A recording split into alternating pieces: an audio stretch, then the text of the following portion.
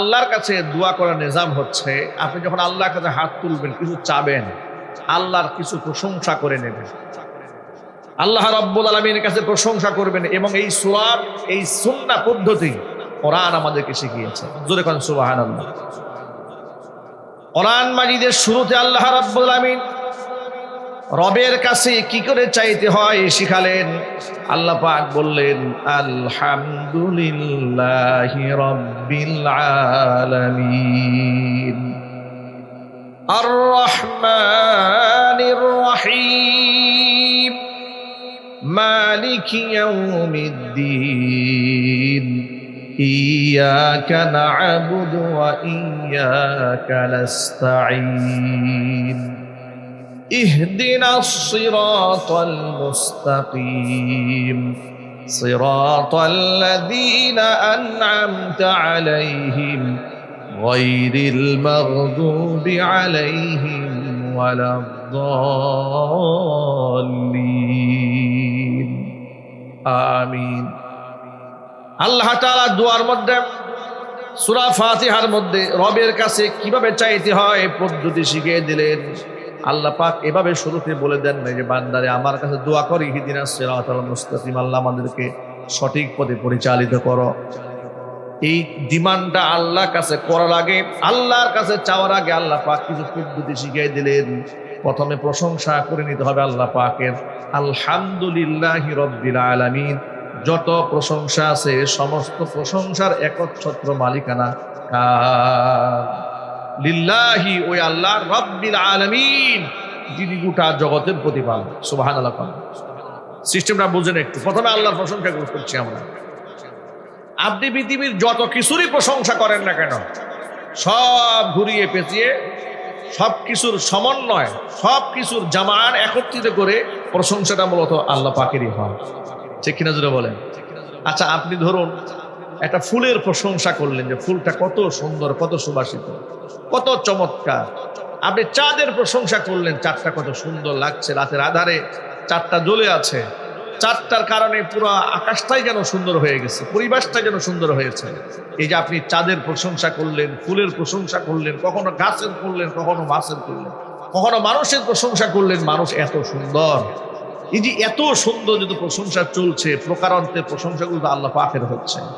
কারণ যত সৌন্দর্যতা আছে সকল কিছু স্রষ্টাকে। আর মুহাম্মদের সাথে বলেন, এই জন্য আলহামদু মানে সমস্ত প্রশংসা, যত প্রকারের প্রশংসা আছে সবগুলি লিল্লাহি রাব্বিল আলামিন, ওই আল্লাহ পাকের, যিনি গোটা জগতের প্রতিপালক। আর রহমানির রহিম, তিনি এতটাই দয়ালু। আর রহমান আর রহিম বাংলা তর্জমার ক্ষেত্রে আমরা বলি পরম করুণাময়, তিনি দয়ালু, এটা আমরা বলি। কিন্তু আরবিতে দুটা শব্দের তাত্ত্বিক পার্থক্য আছে অর্থের দিক থেকে। রহমান আর রহিম, রহমান মানে হচ্ছে এমন দয়ালু যে দয়া যখন বিতরণ যিনি করেন, সেই বিতরণকালে কে তার প্রশংসা করেছে, কে তার ইবাদত করেছে, আর কে নাফরমানি করেছে, সেটা আল্লাহ পাক দেখেন না। যেটা আল্লাহ পাক দুনিয়াতে প্রদান করেন, একটুখানি তাকায় দেখেন, যারা নামাজ পড়ে আল্লাহ পাক তাদেরকে যেভাবে রিজিক দান করেন, বেনামাজি মানুষ যারা, তাদেরকে আল্লাহ তাআলা রিজিক থেকে বঞ্চিত করেন না। যারা সুদের ব্যবসা করে তাদের ক্ষেত খামারে আল্লাহ আগুন লাগায় দেন না, তাদেরকে আল্লাহ রিজিক দান করেন।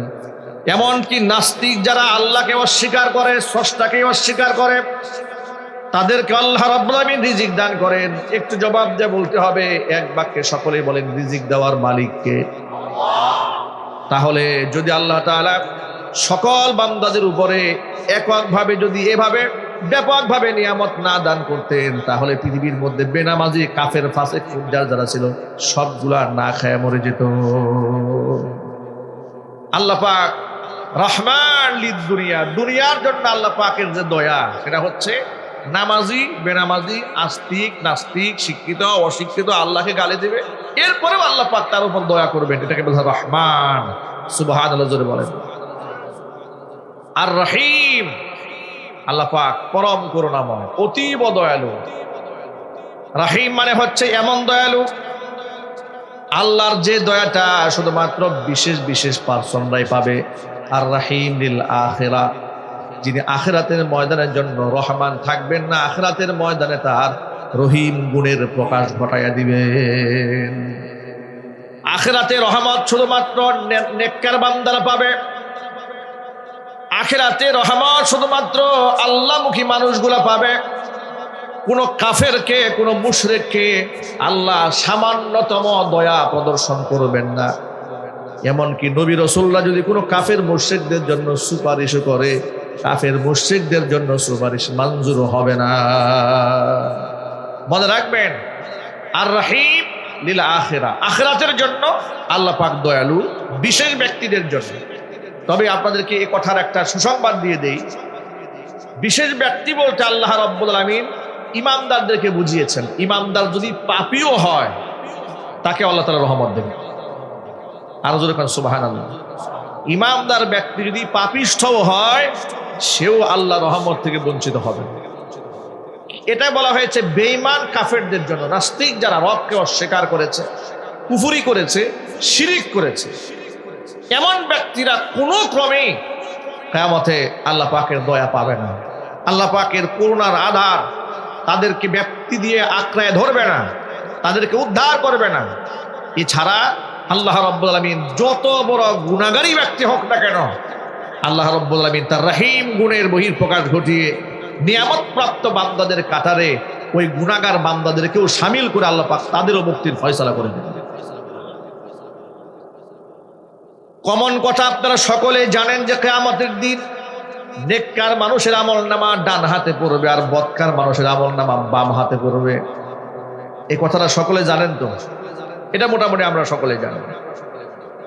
আপনারা কি মনে হয় যারা এই দুনিয়ার মধ্যে মুমিন মুসলমান হওয়ার পরে পাপ কাজ করেছে তাদের আমলনামা ডান হাতে পড়বে, কোন হাতে পড়বে?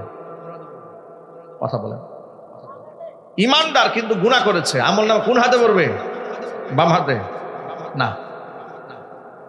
এটাই হচ্ছে সুসংবাদ। সুসংবাদ হচ্ছে এটাই, একমাত্র কাফের, মুশরিক, নাস্তিক এই সমস্ত ব্যক্তিদের আমলনামা যাবে বাম হাতে।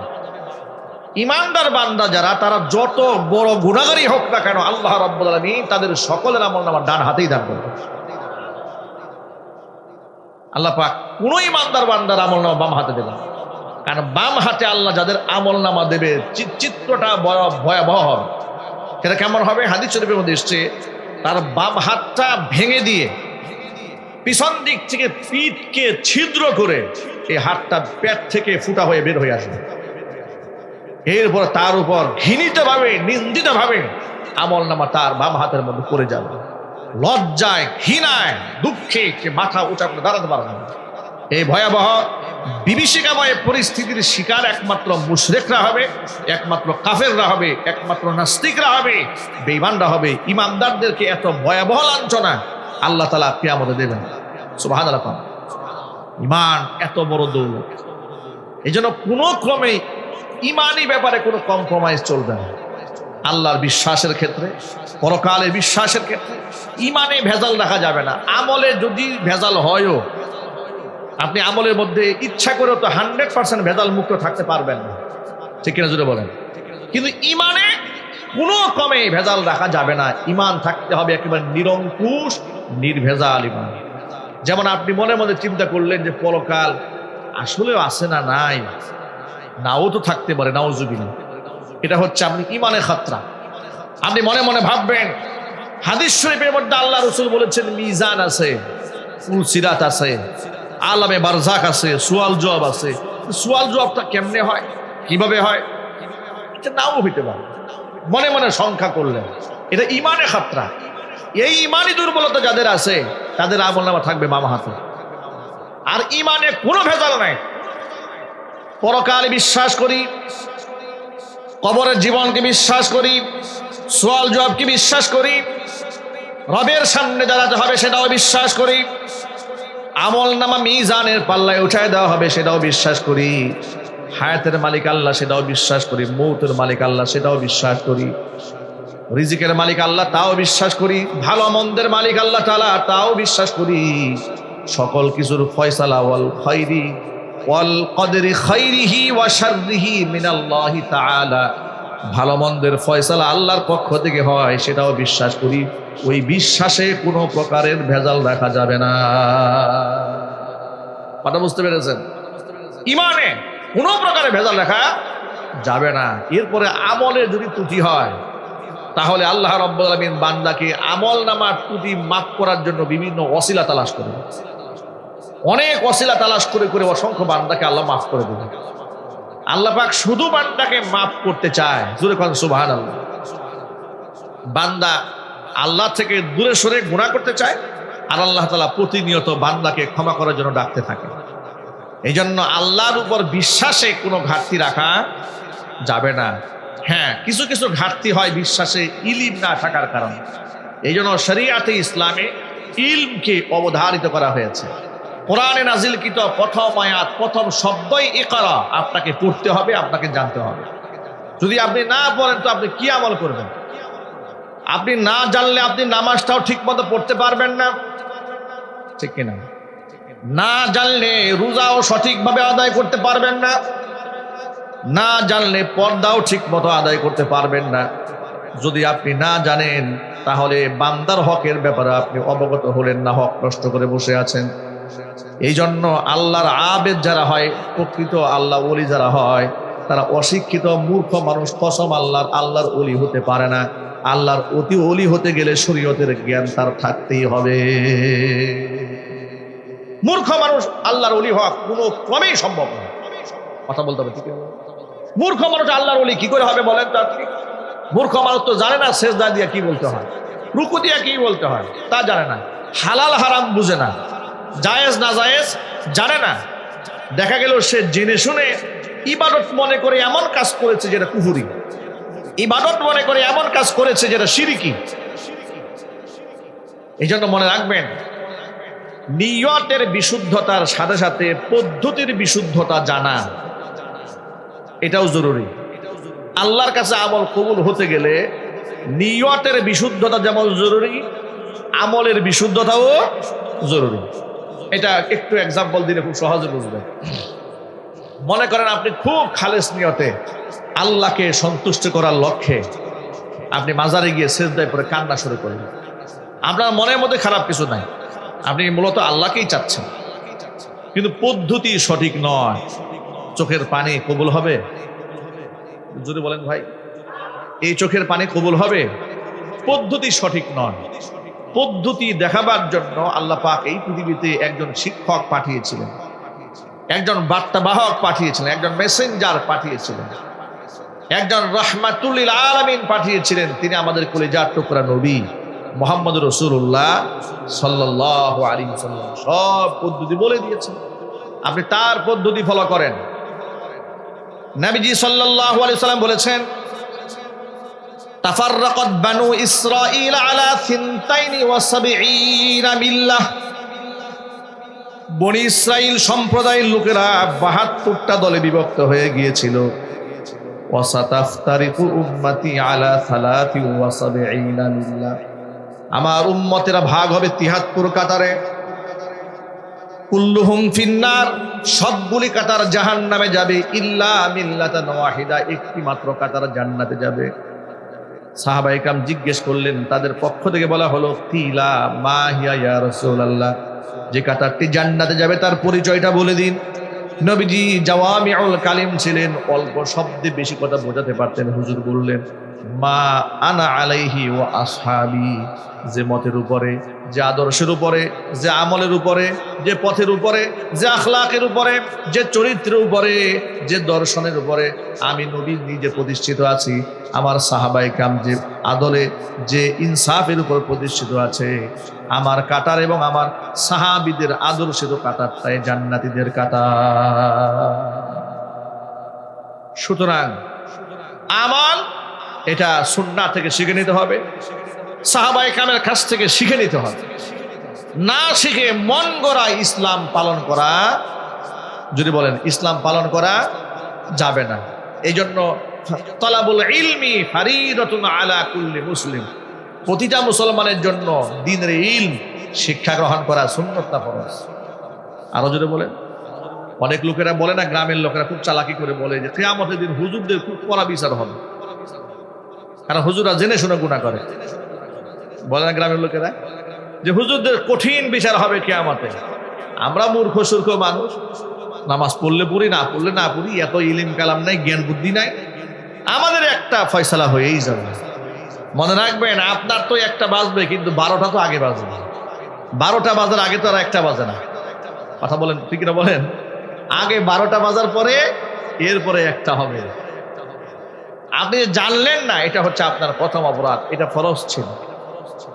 আমার ভাইয়েরা, মূল কথায় ফিরে আসি। যে কথা বলতে চেয়েছিলাম, তাহলে আপনারা সকলে একটু চিন্তা করে দেখেন, একজন মুমিন মুসলমান ব্যক্তি যখন রবের সামনে হাত তুলবে, প্রথমে আল্লাহ রব্বুল আলামিনের প্রশংসা বাণী তার উচ্চারণ করতে হবে। জোরে বলুন সুবহানাল্লাহ। আর রহমান, যার দয়া খুব ব্যক্তি গোটা জগৎময়। আর রহিম লিল আখিরাহ, তার দয়াটা খাস মানুষের জন্য দয়া হবে। সেই খাস মানুষ কারা? ইমানদার বান্দা যারা। সে যদি গুনাহগারও হয়, কিন্তু তার ইমানে খতরা নাই। সুবহানাল্লাহ। আল্লাহ নবী সাল্লাল্লাহু আলাইহি ওয়াসাল্লাম সেজদায় পড়ে হাসরের মাঠে কান্না করবেন, অনেক কাঁদবেন, এমন এমন শব্দ দিয়ে প্রশংসা করবেন। রাসূল বলেন, আনা লা আকদিরু আলাইহি, ওই শব্দগুলো আমি এখন জানি না। কিয়ামতে আল্লাহ তাআলা ইলহাম করে আমার অন্তরে ঢেলে দেবেন, আমি সেই শব্দ দিয়ে সেজদায় পড়ে আল্লাহর প্রশংসা করতে থাকি।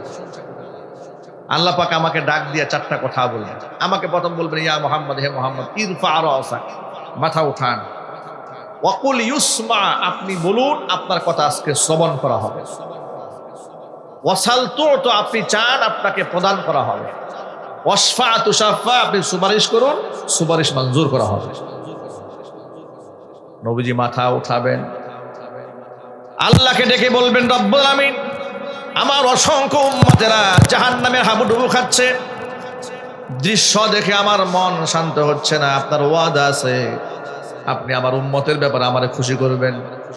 আল্লাহ পাক বলবেন, ও আমার হাবিব, যে সমস্ত লোকেরা জাহান্নামে গিয়েছে পাপের কারণে, তাদের মধ্যে যাদের অন্তরে বুট পরিমাণ ঈমান আছে, বুটের দানা আছে না, বুট এবং জব, জব মানে গমের মতো, এই পরিমাণ ঈমান যাদের অন্তরে আছে, আপনি তাদেরকে বাছাই করে করে জাহান্নাম থেকে বের করে নিন। নবী করিম সাল্লাল্লাহু আলাইহি ওয়াসাল্লাম অসংখ্য মানুষদেরকে বাছাই করে জাহান্নাম থেকে বের করে নিয়ে আসবেন। আবারও সেজদায় পড়ে কান্না শুরু করবে। নবীজিকে আল্লাহ পাক পূর্বের মতো একই কথা বলবেন, ইয়া মুহাম্মদ, ইরফা রাসাক, মাথা উঠান। আপনি বলেন, শোনা হবে। ওয়াসাল তো, আপনি চান, প্রদান করা হবে। ওয়াসফা তুশাফা, আপনি সুপারিশ করুন, সুপারিশ মঞ্জুর করা হবে। নবীজি আবার মাথা উঁচু করবেন, উঁচু করে আবার বলবেন, রব্বুল আলামিন, আমার উম্মতের অসংখ্য লোকেরা এখনো জাহান্নামের মধ্যে হাবুডুবু খাচ্ছে। আল্লাহ পাক এবার বলবেন, ওই সমস্ত ব্যক্তিদেরকে বের করে নিয়ে আসেন যাদের অন্তরে আদনা মিন শাইরা, যাদের অন্তরে জবের দানা, বুটের দানার চাইতেও কম পরিমাণ ঈমান আছে, এদেরকে জাহান্নামে রাখবেন না, বাছাই করে করে জান্নাতে নিয়ে যান। দ্বিতীয়বারে, তৃতীয়বার আবার সেজদায় পড়বেন, একই কথা বারবার বলতে থাকবেন, প্রশংসা করতে থাকবেন। আল্লাহ পাক পূর্বের মতো আবার বলবেন, মাথা উঠান, যা বলার বলেন, শোনা হবে, সুপারিশ মঞ্জুর করা হবে। আল্লাহর হাবিব সাল্লাল্লাহু আলাইহি ওয়াসাল্লাম তখন বলবেন, রব্বুল আমিন, আমার উম্মতের অসংখ্য লোকেরা এখনো জাহান্নামের মধ্যে হাবুডুবু খাচ্ছে। আল্লাহ বলবেন, যাদের অন্তরে আদনা মিন শাইরা, একেবারে বুটের দানার চাইতে কম, তার চাইতেও কম ঈমান যাদের অন্তরে আছে, তাদেরকে বাছাই করে জাহান্নাম থেকে বের করে নিয়ে যান। নবীজি সাল্লাল্লাহু আলাইহি ওয়াসাল্লাম অসংখ্য লোকদেরকে জাহান্নাম থেকে বের করে নিয়ে আসবেন। চতুর্থবারের মাথায় আবারও সিজদায় পড়ে কান্নায় ভেঙে পড়বেন। কান্না করার পর আল্লাহ পাক পূর্বের মতো আবার বলবেন, হে মুহাম্মদ, মাথা উঠান, যা বলার বলেন, বলা শোনা হবে, আপনি যা চাবেন দেওয়া হবে, সুপারিশ করুন, মঞ্জুর করা হবে। এবার নবীজি সাল্লাল্লাহু আলাইহি ওয়াসাল্লাম আল্লাহর কাছে এমন একটা জিনিস দাবি করে বসবেন, আল্লাহ পাক নবীজি সাল্লাল্লাহু আলাইহি ওয়াসাল্লামের সেই দাবিটা শোনার পরে হুজুরকে থামায় দেবেন। নবীজি বলবেন, রব্বুল আলামিন, কার অন্তরে কতটুকু ঈমান আছে এটা আমি দেখতে চাই না, শুধুমাত্র আপনি আমাকে শেষবারের মতো একখানা সুযোগ দিয়ে দেন। গোটা জীবনে যারা বিশ্বাসের সাথে একবার লা ইলাহা ইল্লাল্লাহ শব্দটা বলেছে ঈমানের সাথে, আপনার উপর ঈমান নিয়ে যারা গোটা জীবনে একবার শুধু লা ইলাহা ইল্লাল্লাহ বলেছে, আপনি আমাকে সুযোগ দিয়ে দেন এই সমস্ত মানুষগুলাকে বাছাই করে করে জাহান্নাম থেকে আমি বের করে নিয়ে আসি। আল্লাহ পাক নবীজিকে থামাই দিবেন, থামুন আপনি। আল্লাহ রাব্বুল আলামিন এবার নিজে বলবেন, ওয়া বিইজ্জাতি ওয়া বিজিবরিয়াই ওয়া কুদরতি, আমার ইজ্জতের কসম, আমার বরত্বের কসম, আমার সম্মানের কসম করে বলছি, লা উখরিজান্না মান ক্বালা লা ইলাহা ইল্লাল্লাহ, গোটা জীবনে যারা ঈমানের সাথে একটিবারের জন্য লা ইলাহা ইল্লাল্লাহ বলেছে, এদেরকে আমি আল্লাহ তাআলা নিজ হাতে জাহান্নাম থেকে মুক্তির ফয়সালা করে দেব।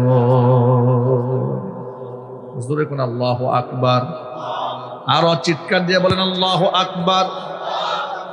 এজন্য আমার বন্ধুগণ, সময় কথা মনে রাখবেন, বিপদের বন্ধু, আসল বন্ধু মুহাম্মদ রাসূলুল্লাহ সাল্লাল্লাহু আলাইহি ওয়াসাল্লামকে দুনিয়া এবং আখিরাতের বন্ধু বানায় নেন, হুজুরের সাথে আল্লাহ পাক জান্নাতের ফয়সালা করে দিবেন। আমি হাদিস দ্বারা আপনাদেরকে শুধু একথাই বোঝাতে চেয়েছি, আল্লাহ রাব্বুল আলামিনের দয়া রহিম, এটা গুনাহগার ব্যক্তিরাও এর মধ্যে শামিল হবে যদি সামান্যতম ঈমান থাকে। তিনজন সুবহানাল্লাহ। এই হচ্ছে রহমান আর রহিমের মধ্যে পার্থক্য, বুঝতে পেরেছেন? রহমান হচ্ছে এমন দয়া যে দয়াটা আল্লাহ রাব্বুল আলামিন গুনাহগার, নাস্তিক, নামাজি, বেনামাজি সকলকে দান করেন, যেটা আল্লাহ পাক দুনিয়াতে দান করেছেন। দুনিয়াতে কোনো বেনামাজির রিজিক বন্ধ হয় না, কোনো মিথ্যাবাদীর রিজিক বন্ধ হয় না, ঠিক কিনা বলেন? মিথ্যাবাদীর রিজিক বন্ধ হয়ে যায়? বন্ধ হয় না। কারণ দুনিয়া এটা মালিক ইয়াউমিদ্দিন নয়, এটা বিচার দিবস নয়, এটা প্রতিদান প্রাপ্তির দিন নয়। এই জন্য আপনারা দেখবেন অনেক সময় ইমানদারেরা অনেক কিছু আশা করে, যে আশাটা দুনিয়াতে পূর্ণ হয় না, ঠিক না ভাই? আবার গুনাহগার কিছু লোক এমন আছে পৃথিবীতে এত পাপ কাজ করে, লোকেরা অনেক বদদোয়া করে তার জন্য, তাকে আল্লাহ গজবে ধরুক, জ্বলে পুড়ে মরুক, দেখা গেল মৃত্যু পর্যন্ত মোটামুটি রাজা বাদশা মতো চলে একটা পর্যায়ে আস্তে করে বিদায় হয়ে গেল, ঠিক কিনা জোরে বলেন? আচ্ছা, আপনাদেরকে উদাহরণ শুধু বোঝাবার জন্য বলি, এই যে সিরিয়ার প্রেসিডেন্ট বাশার আল আসাদ একেবারে 51-52 বছর ধরে বাপ পোলাই মিলে মানুষের উপর নির্যাতন করেছে, জুলুম করেছে, মানুষদেরকে আপনার আয়না ঘরে রেখে কিভাবে কষ্ট দিয়েছে। আহার, এই দৃশ্যগুলো দেখলে অবাক হয়ে। একজন ব্যক্তিকে আয়না ঘর থেকে বের করা হলো, উনি না খেয়ে থাকতে থাকতে ক্ষুধার যন্ত্রণায় বাকশক্তি হারিয়ে ফেলছে, কথা বলতে কষ্ট হচ্ছে, অস্ফুট আওয়াজে তিনি বলছেন, প্রচন্ড ক্ষুধা যখন লাগতো আমার মুখে তখন খাবার ছিল সুবহানাল্লাহ। সুবহানাল্লাহ বলবেন না? যে এছাড়া আমাদের কোনো খাবার নেই। আমরা যখন একটু জিকির করতাম, জিকির করার সাথে সাথে আল্লাহ তাআলা আমাদের ক্ষুধার যন্ত্রণা ভুলাই দিতেন। এটাই ছিল আমাদের রিজিক। আন্দাজ করতে পারেন? চিন্তা করতে পারেন একটু? এভাবে তাদেরকে কষ্ট দিয়েছে। ছোট্ট একটা ঝুপড়ির মধ্যে রেখে হাতে পায়ের মধ্যে ডান্ডা বেরি পুড়িয়ে বছরের পর বছর শোয়ায় রাখছে। এক একটা মানুষ জীবন্ত কঙ্কাল হয়ে গেছে। ক্ষমতায় টিকে থাকার জন্য মানুষ এগুলা করেছে। 30 লক্ষ মানুষ দেশান্তরিত হয়ে তারা তুরস্কে আশ্রয় গ্রহণ করেছিল, তার নির্যাতন সহ্য করতে পারে না, শুধুমাত্র চেয়ার, শুধুমাত্র ক্ষমতার দ্বন্দ্ব। আচ্ছা, এত পাপ যে লোকটা করেছে, সেই লোকটার শাস্তি এই দুনিয়া কি দেওয়া সম্ভব? আপনার কি মনে হয়? এই লোকটা যে পরিমাণ পাপ করেছে, তার পাপের প্রকৃত প্রায়শ্চিত্ত এটা কি দুনিয়াতে মিটাই দেওয়া সম্ভব? কোনো দিন সম্ভব না। আপনি কেমনে মিটাবেন?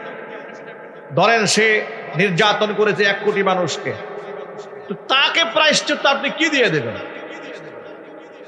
এত মানুষকে আয়না ঘরে রেখেছে, কত মানুষকে ফাঁসির কাস্টে ঝুলিয়েছে, কত মানুষকে গুম করেছে, খুন করেছে, এমনকি এমন রাসায়নিক পদার্থ যেগুলো যুদ্ধে ব্যবহার, আন্তর্জাতিক আইনেও নিষিদ্ধ, এমন কিছু মারণাস্ত্র আছে, এমন কিছু গ্যাস আছে যে গ্যাসগুলো মানুষের উপর ছাড়লে, ওই গ্যাসগুলো মানুষের গায়ে লাগলে মানুষের দেহ থেকে গোশত আলাদা হয়ে হাড্ডি সার হয়ে যায়, যেগুলো যুদ্ধাপরাধের সমতুল্য কাজ। সে ব্যক্তি নিজের দেশের মানুষের উপরে, সুন্নি মুসলমানদের উপরে সে এরকম নির্যাতন করেছে। কোন প্রকারের জালেম! শুনলাম এই লোকটা দেশ থেকে পালায় গেল। শুনলাম রাশিয়াতে চলে গেছে, আবার কেউ কেউ বলে বিমান দুর্ঘটনায় মারা গেছে। মরে যাক আর না যাক সেটা ভিন্ন ব্যাপার। প্রশ্ন হচ্ছে সে তো পালায় গেল, সেফ এক্সিট নিয়ে নিল। দুনিয়াতে হয়তো পৃথিবীর কোনো জালেম তাকে সহযোগিতা করে জীবনের শেষ মুহূর্ত পর্যন্ত সে না হয় আরামায় সেই দিনটা কাটাই দিল, সম্পদ নিয়ে সব পালায় গেল।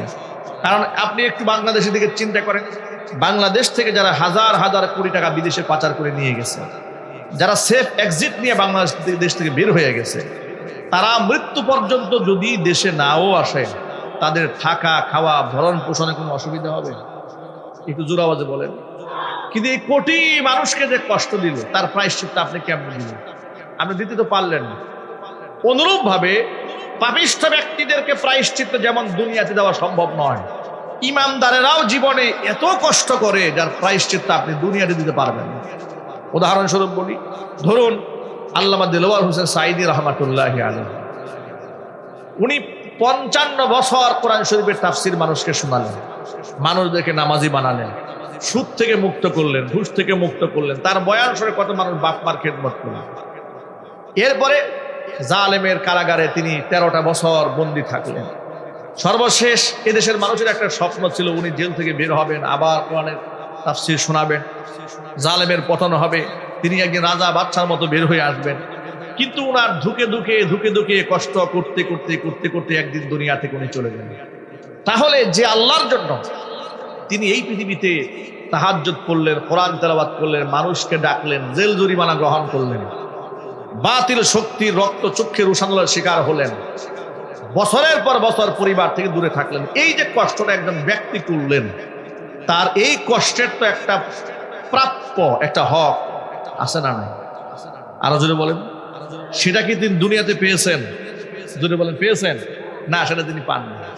কিন্তু এমন একটা জায়গা থাকা দরকার যে জায়গাতে গেলে তিনি এর বিনিময়টা পাবেন, সেই জায়গা হচ্ছে পরকাল। সুবহানাল্লাহ বলেন। অনুরূপভাবে এই পৃথিবী যারা অনেক পাপ করেছে, তাদেরও প্রায়শ্চিত্ত আপনি দুনিয়ায় দিয়ে শেষ করতে পারবেন না। এই জন্য তাদেরও একটা পাপের প্রায়শ্চিত্ত ভোগ করার জন্য একটা জায়গা দরকার, সেই জায়গার নাম হচ্ছে জাহান্নাম। ঠিক কিনা বলেন? কারণ দুনিয়াতে মানুষ ব্যক্তিকে ওই শাস্তি দিতে পারবে না যে শাস্তি আল্লাহ পাক জাহান্নামীকে দেবে। আল্লাহ পাক বলেছেন, কুল্লামা নাদিজাত জুলুদুহুম বাদদালনাহুম জুলুদান গায়রাহা লিয়াযুকুল আযাব। আমি তাদের জন্য এমন জাহান্নামের শাস্তি রেখেছি, জাহান্নামী ব্যক্তির চামড়া, গায়ের চামড়া প্রতি সেকেন্ডে 70 বার পুড়ে নতুন চামড়া গজাবে। 70 বার পুড়ে যাবে, 70 বার আবার গজাবে, 70 বার পুড়ে যাবে, আবার 70 বার প্রতি সেকেন্ডে। কুল্লামা নাদিজাত জুলুদুহুম, যখন তাদের চামড়াগুলো ঝলসে যাবে, বাদদালনাহুম গায়রাহা, আমি আরেকটা চামড়া দিয়ে বদলাই দেব। চিল্লা কর নাউযুবিল্লাহি মিন যালিক। এই জন্য সেই জায়গার নাম হচ্ছে জাহান্নাম। আল্লাহ আমাদেরকে তুমি হেফাজত করো। জোরে কোন আমিন, আরো জোরে কোন আমিন। এই দুনিয়াতে নামাজিরা কষ্ট পায়, তখন অনেক নামাজিরা না বুঝে কি বলে জানেন, হুজুর এত নামাজ পড়ি, রোজা রাখি, আল্লাহকে ডাকি, আল্লাহ মনে হয় আমাকে পছন্দ করে না হুজুর। কেন ভাই, কি হয়েছে? এত আল্লাহ বিল্লাহ করি, এত তাসবিহ তাহলিল করি, বিপদই ছাড়ে না। পক্ষান্তরে ওই যে বেনামাজি, আহারে কত সুখে সংসার করতেছে। এই সমস্ত ব্যক্তিদের কথার জবাব 1500 বছর আগে আল্লাহ নবী রাহমাতুল লিল আলামিন দান করেছেন। নবীজি বলেছেন, যে সমস্ত ব্যক্তিদেরকে আল্লাহ রাব্বুল আলামিন অপছন্দ করেন, যে সমস্ত ব্যক্তিদেরকে আল্লাহ তাআলা অপছন্দ করেন, ওই সমস্ত ব্যক্তিদেরকে আল্লাহ পাক দুনিয়াতে শাস্তি দেন না, বরং আল্লাহ তাআলা সুযোগ দিয়ে দেন। ফাআমসাকা আনহুল উকুবা, তাকে শাস্তি প্রদান থেকে আল্লাহ তাআলা নিজে বিরত থাকেন। কেন বিরত থাকেন? হাত্তা ইউয়াফিয়াহু বিহি ইয়াউমাল কিয়ামা, যাতে করে কিয়ামতের দিন কঠিন ভাবে পুষাইয়া ওর পাপের প্রায়শ্চিত্ত দেওয়া যায়। কারণ সে যে পরিমাণ পাপ করেছে, দুনিয়াতে ওই পরিমাণ প্রায়শ্চিত্ত তাকে দেওয়া সম্ভব নয়। দুনিয়াতে বেশি শাস্তি দিলে বাঁচবে না, মরে যাবে? তো মরে যাবে। কিন্তু জাহান্নাম এমন জায়গা, লা ইয়ামুতু ওয়া লা ইয়াহইয়া, ওখানে সে বাঁচবেও না, মরবেও না। এমন কঠিন অবস্থায় সে জাহান্নামের শাস্তি ধারণ করে রেখে দিয়েছে। আর ইমানদার বান্দাদের বিপদটা কেন হয়, এই হাদিসের মধ্যে আল্লাহ নবী তাও বলে দিয়েছে। আগে বলেন সুবহানাল্লাহ। আল্লাহর হাবিব বলেন, আজ্জালাহুল উকুবাতা ফিদ দুনিয়া, ইমানদার বান্দা যারা, তারা দুনিয়াতে ভালো কাজ করার পরেও আল্লাহ তাআলা তাদেরকে শাস্তি দেন, পেরেশানির মধ্যে ফেলে দেন, মুসিবতের সম্মুখীন করেন, তুহমতের শিকার করেন। একমাত্র কারণ একটা, মানুষ হিসেবে ত্রুটি বিচ্যুতি যারা আছে, আজ্জালাহুল উকুবাতা ফিদ দুনিয়া, দুনিয়ার সামান্য মুসিবত দিয়ে তার আমলনামার মধ্যে যত ত্রুটি বিচ্যুতি ছিল আল্লাহ পাক সব মাফ করায় তাকে পরিষ্কার বানিয়ে নিয়ে নেন, যাতে করে পরকালে বিনা হিসেবে জান্নাত ঢুকাই দিতে পারে। পাপের প্রায়শ্চিত্ত যা ছিল দুনিয়াতেই সব শেষ হয়ে গেছে। এই জন্য ইমানদার ব্যক্তির জ্বর হলে, ঠান্ডা হলে, কাশি হলে কিংবা দুরারোগ্য ব্যাধিতে আক্রান্ত হলে তার ভয়ের কোনো কারণ নাই। হাদিস শরীফে এসেছে, ইমানদার ব্যক্তি যদি দুরারোগ্য ব্যাধিতে আক্রান্ত হয়ে বিছানায় শুয়ে মারা যায়, গোটা জিন্দেগির গুনার সব কাফারা হয়ে যায়। আরো জোরে খান সুবহানাল্লাহ। সুতরাং আল্লাহ পাকের দয়া, আর রহমান আর রহিম, রহমান আল্লাহর এমন দয়া যেখানে নামাজি, বেনামাজি, আস্তিক, নাস্তিক, সুৎখুর, ঘুষখুর, মিথ্যাবাদী সবাই আল্লাহ পাকের দয়ার মধ্যে শামিল হয়। কিন্তু রহিম লিল আখিরা, আল্লাহর এমন রহিম, এমন দয়ালু যে বাসা বাসা মানুষেরা কিয়ামতের দিন আল্লাহ পাকের দয়া পাবে, সবাই সেদিন দয়া পাবে না। আল্লাহর পক্ষ থেকে স্পষ্ট ঘোষণা দেওয়া হবে, ওয়ামতাজুল ইয়াউমা আইয়ুহাল মুজরিমুন, অপরাধীরা তোরা আজকে আলাদা হয়ে যাবে। সমস্ত নাস্তিকগুলো আলাদা হয়ে যাবে, মুশরিকগুলো আলাদা হয়ে যাবে, বেঈমান কাফেরগুলো আলাদা হয়ে যাবে, ইমানদার বান্দার আলাদা হয়ে যাবে। এই জন্য পৃথিবীতে যদি আপনি পরকালেও যদি ইমানদারদের সাথে থাকতে চান, দুনিয়াতে ইমানদারদের সাথে থাকার দরকার আছে না নাই? আপনার কি মনে হয় দুনিয়ায় থাকবেন নাস্তিকদের সাথে আর পরকালে থাকবেন হুজুরদের সাথে নাকি? আপনার এটাই মনে হয়? অনেক লোকেরা বলে হুজুর নামাজ না পড়লে কি হবে? জবাব তো সব জানে। নামাজ না পড়লে কি হবে? কবরে যে প্রশ্ন করা হবে এর সওয়াল জবাব তো আমার জানা আছে। জিজ্ঞেস করবে মান রব্বুক, আমি বলবো রব্বুনা আল্লাহ, আমাদের রব আল্লাহ। জিজ্ঞেস করবে ওমান নাবিয়ুকা, বলবো নাবিয়ুনা মুহাম্মদুর রাসূলুল্লাহ, বলবোই তো এটা। যদি জিজ্ঞেস করা হয় ওমা দীনুকা, তোমার ধর্ম কি, বলবো দীনুল ইসলাম। এটা তো সহজ উত্তর। এত সহজ নয় ভাই, এত সহজ নয়। এই জবানটা আপনার হুকুমে চলবে না সেদিন। কার হুকুমে চলবে? আরো জোরে বলেন, আল্লাহর হুকুমে জবান চলবে। যে জবানে আপনি রবকে রব হিসাবে স্বীকার করেন নাই পৃথিবীতে, আপনি কেমনে চিন্তা করলেন সেই জবান কবর গিয়ে আপনার রবের স্বীকৃতি দেবে? যেই জবানে আপনি মুহাম্মদ সাল্লাল্লাহু আলাইহি ওয়াসাল্লামকে নবী হিসেবে দুনিয়ায় স্বীকৃতি দেননি আমলের মাধ্যমে, আপনি কবরে গিয়ে আপনার সেই মুখ থেকে মুহাম্মদ সাল্লাল্লাহু আলাইহি ওয়াসাল্লাম আপনার নবী হিসেবে আপনার স্বীকৃতি প্রদান আসবে, এটা আপনি কি করে আন্দাজ করলেন? কোনদিন এ কল্পনা করবেন? সুতরাং বাসা বাসা মানুষেরা কিয়ামতের দিন আল্লাহ পাকের পক্ষ থেকে নিয়ামত প্রাপ্ত হবে। আল্লাহ যে দয়া বাসা মানুষকে দেবেন, নির্বাচিত ব্যক্তিদেরকে দেবেন, এটাকে বলা হয় রহিম আল লিল আখিরা, পরকালের জন্য আল্লাহ হচ্ছে দয়ালু। দুরকান সুবহানাল্লাহ। এই যে আমরা আল্লাহর প্রশংসা করলাম এতক্ষণ, এরপর আমরা কি বলি শুনে? আল্লাহ বলছেন মালিকি ইয়াউমিদ্দিন, তুমি বিচার দিবসের মালিক, প্রতিদান দিবসের মালিক কে যদি বলেন তো? আল্লাহর নামটা একটু জোরে বলেন। প্রতিদান দিবসের মালিককে। এত কিছু বলার পরে আমরা বললাম ইয়াকা না'বুদু ওয়া ইয়াকা নাস্তাঈন, আল্লাহ তাআলা একমাত্র তোমারই গোলামি করি, তোমারই ইবাদত করি, আর তোমার কাছে সাহায্য চাই। আল্লাহর শিক্ষা হলো প্রথমে প্রশংসা করলাম আল্লাহর, দ্বিতীয়ত আমি যে আল্লাহর একান্ত অনুগত তার স্বীকৃতি প্রদান করলাম। এবার দুইটা স্বীকৃতি প্রদান করার পরে তৃতীয় পাঠে এসে বললাম আল্লাহ যেহেতু আমি তোমার গোলাম, যেহেতু সমস্ত প্রশংসার মালিক তুমি আল্লাহ, তোমার কাছে ছোট্ট একটা চাওয়া আমার, সেই চাওয়া হচ্ছে ইহদিনাস সিরাতাল মুস্তাকিম। আল্লাহ তুমি আমাদেরকে সরল পথের দিশা দাও। সুবহানাল্লাহ। আয়াত থেকে কি শিক্ষা পেলেন আপনারা? প্রথমে আল্লাহর কাছে চাইতে গেলে আগে প্রশংসা করতে হয়। দ্বিতীয়ত আমি যে আল্লাহর অনুগত গোলাম এটা প্রমাণ করতে হয় কিছু আমলের মাধ্যমে। তৃতীয়ত আল্লাহর কাছে ডিমান্ড করতে হয়, এটা হচ্ছে দোয়া কবুল। দেখেন না, আমরা দোয়া করার আগে দুরূদ শরীফ পড়ি, সূরা ফাতিহা পড়ি, ইখলাস পড়ি। কেন পড়ি? কারণ নবী করিম সাল্লাল্লাহু আলাইহি ওয়াসাল্লাম বলেছেন ওই দোয়া আসমানের ঝুলে থাকে যে দোয়ার শুরুতে দুরূদ শরীফ থাকে না। সুবহানাল্লাহ। রাসূলের উপর দরুদ না থাকলে ওই দোয়া লটকায় থাকে, আল্লাহর কাছে কবুল হয় না। এই জন্য আগে আমরা দুরূদ পড়ি, সূরা ফাতিহা পড়ি, ইখলাস পড়ি, কিছু নেক কাজ করি, আল্লাহর প্রশংসা করি, এরপরে আল্লাহর কাছে আমরা চাওয়া শুরু করি। মনে রাখবেন, আল্লাহর কাছে যদি চান সেটা কখনো বিফল যাবে না, কিন্তু কন্ডিশন হচ্ছে যে ব্যক্তি চাচ্ছে সেই ব্যক্তি হারামখোর হতে পারবে না। নবী করিম সাল্লাল্লাহু আলাইহি ওয়াসাল্লাম বলেছেন,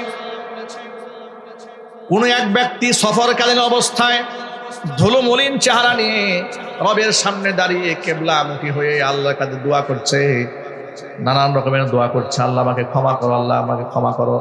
আল্লাহ রাব্বুল আলামিন ব্যক্তিকে ক্ষমা করে না, কোনো কালেই তাকে ক্ষমা করে না। আল্লাহ পাক তার হাতটা ফিরায় দেন। কেন ফিরায় দেন? তার কারণ শোনো, দোয়া কবুল করার জন্য আলামত যা ছিল সবগুলো আছে। মুসাফির অবস্থায় দোয়া কবুল হয়, সে মুসাফির হালাতে আছে। কিবলামুখী হয়ে দোয়া করতে হয় সুন্নাত, তার মধ্যে সেটাও আছে। হাত উত্তোলন করে দোয়া করতে হয়, সেটাও সে করেছে। সব কিছু থাকার পরেও আল্লাহ কেন দোয়া কবুল করছে না? এই জন্য কবুল করে না, ওই ব্যক্তির রিজিকের মধ্যে হারাম আছে। পোশাক যেটা কিনেছে এটা হারাম টাকায় কিনেছে। হারামখোরের দোয়া আল্লাহর কাছে কবুল হয় না।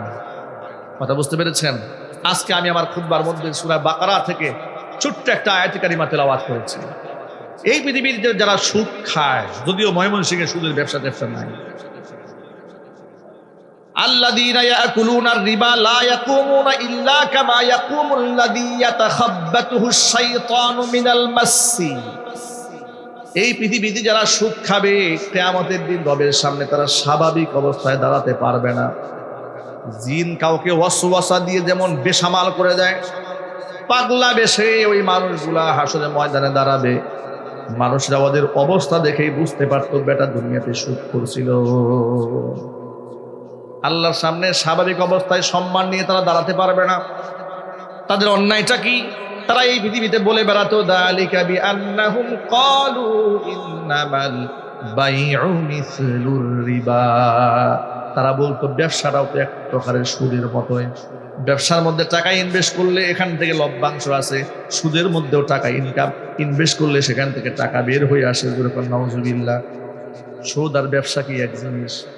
আরো যদি বলেন, সুদের মধ্যে যে সুদ গ্রহীতা তার লস হবেই হবে, তবে যে ব্যক্তি সুদ দিয়েছে দুনিয়াবী দৃষ্টিকোণ থেকে সে এখান থেকে প্রফিটেবল হচ্ছে।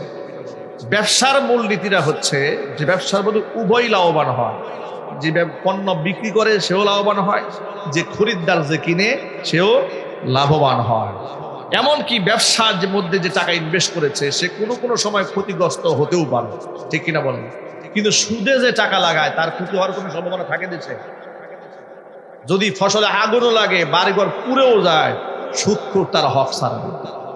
কথা বলে ঠিক কিনা? যদি বলেন, আমার কাছে এক ভদ্রলোক একদিন বিচার নিয়ে আসছে, হুজুর আমি গরিব মানুষ, দেখেন এই লোকটা আমার পিছনে এতদিন যাবত ঘুরতেছে, আমি তার কাছ থেকে কিন্তু টাকা ধার সুদে নিয়েছিলাম। বলে শুধু কেন? বিপদে পড়ে নিয়েছি। কত টাকা নিয়েছিলেন? 1 লক্ষ টাকা নিয়েছে। 1 লক্ষ টাকা নিয়ে তাকে পরিশোধ করেছেন কত টাকা? 1,75,000 টাকা পরিশোধ করেছি, আরো 1 লাখ টাকা পায়। কথা বুঝতে পেরেছেন? 1 লাখ টাকা সুদে নিয়েছে, 1,75,000 টাকা পরিশোধ করেছে, আরো 1 লাখ টাকা সে পায়। আহা, লা তাকুলুর রিবা আদআফাম মুদাআফা। চক্রবৃদ্ধি হারে তারা সুদ খায়। মানে এই মাসে 10,000 টাকা দেওয়ার কথা ছিল, দিতে পারে নাই। পরবর্তী মাসে আগে মূলধন ছিল 1 লাখ, এখন দাঁড়াচ্ছে 1,10,000। এখন ওই 1,10,000 থেকে আবার প্রফিট আসা শুরু হয়েছে। পরের মাসে দিতে পারে নাই, 1,10,000 জায়গায় নতুন করে পরবর্তী মাসে আবার 1,12,000 টাকা যোগ হয়েছে। এর মানে মূলধন যেটা ছিল 1 লাখ সেটা ক্রমবৃদ্ধি হারে দাঁড়াতে দাঁড়াতে 2 লাখ 2.5 লাখ গিয়ে দাঁড়াইছে।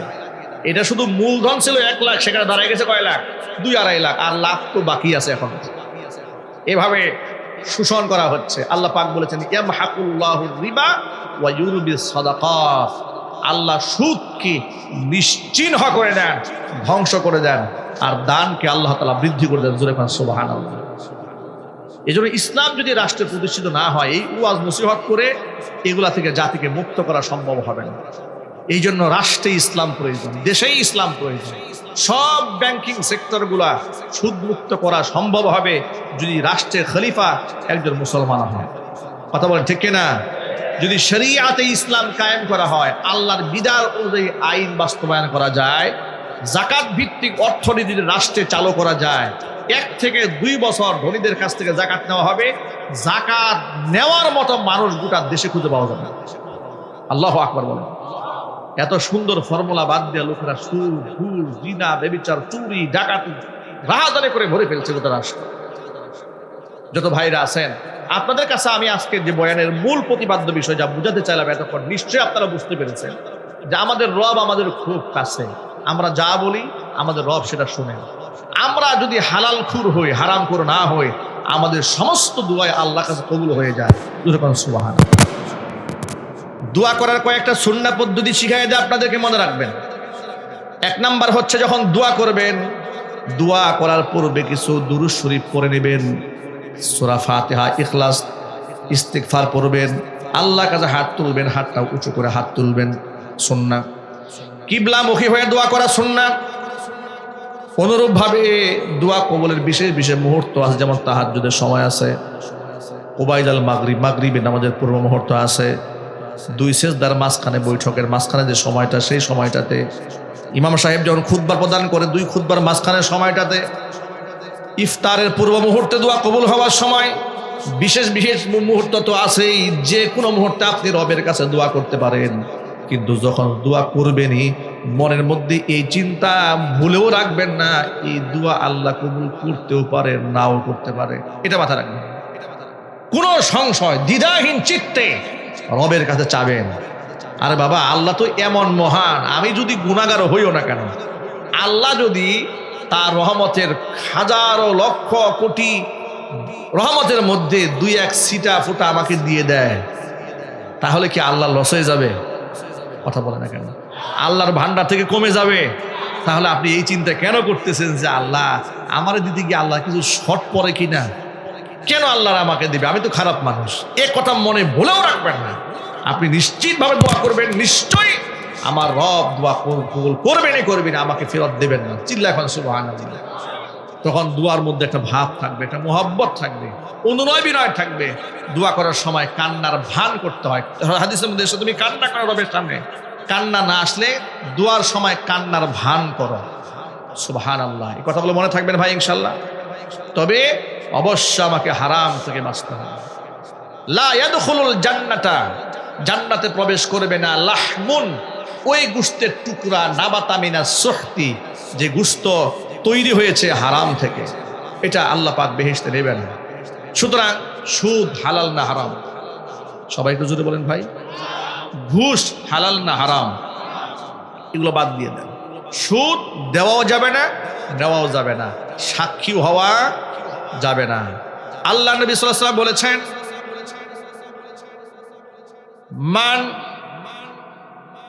যেই ব্যক্তি সুদ খাবে 1 দিরহাম পরিমাণ, নবী করিম সাল্লাল্লাহু আলাইহি ওয়াসাল্লাম বলেছেন, জেনে শুনে যদি 1 দিরহাম পরিমাণ কেউ সুদ খায়, ইয়াকুলুহুর রিবা ওয়া হুয়া ইয়ালামু, জেনে শুনে যদি 1 দিরহাম পরিমাণ সে সুদ খায়, আসাদ্দু মিন সিত্তাতি ওয়া সালাসিনা জানিয়াতান, 36 বার জিনা করলে যে গুনাহ হয়, ওই ব্যক্তির আমলনামার মধ্যে 36 বার জিনা করার চাইতেও ভয়ঙ্কর গুনাহ লিখিত হয়ে যায়।